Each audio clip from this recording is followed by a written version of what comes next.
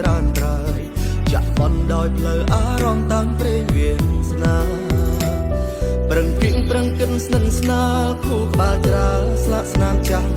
ក្បែរគេតែនឹកអូនណាស់នឹងណាស់ជីវ៉ាតែងគោហក់ខ្លួនឯងតែលាក់ភាពឯកាស្មានថារូបបងបំភ្លេចរូបអូនបានហើយ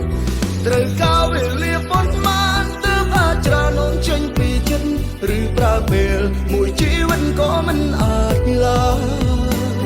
សពថ្ងៃបងដូចឈួ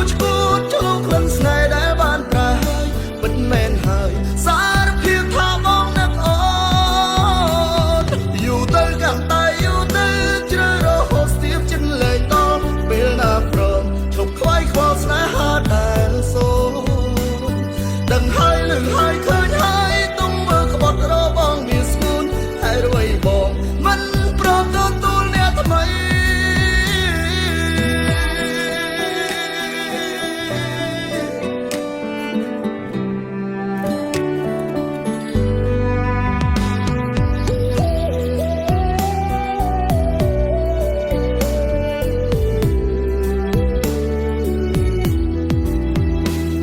ប្រឹងគៀងប្រឹងកិនស្និនស្នាលគូក្បាលច្រាស្លាកស្នាមចាំ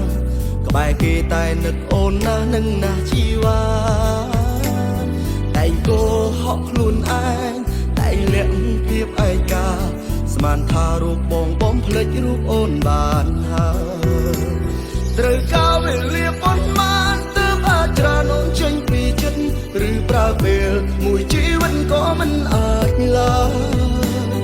សពថ្ងៃបងដូចឈួ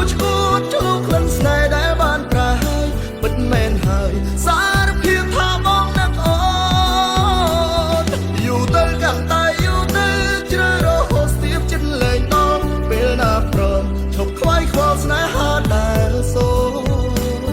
ដឹងហើយលឺហើយឃើញហើយទុំមើលក្បត់របងមានស្ងួនហើយរួយបងមិនព្រមទទួលអ្នកថ្មីត្រូវកាលវេលាប៉ុន្មានទើបអាចច្រានងចេញពីចិត្តឬប្រើពេលមួយជីវិតក៏មិនអាចឡើយសពថ្ងៃបងដូចឈួតចូលក្លិនស្នេហ៍ដែលបានប្រែហើយពិតមែនហើយសារភាព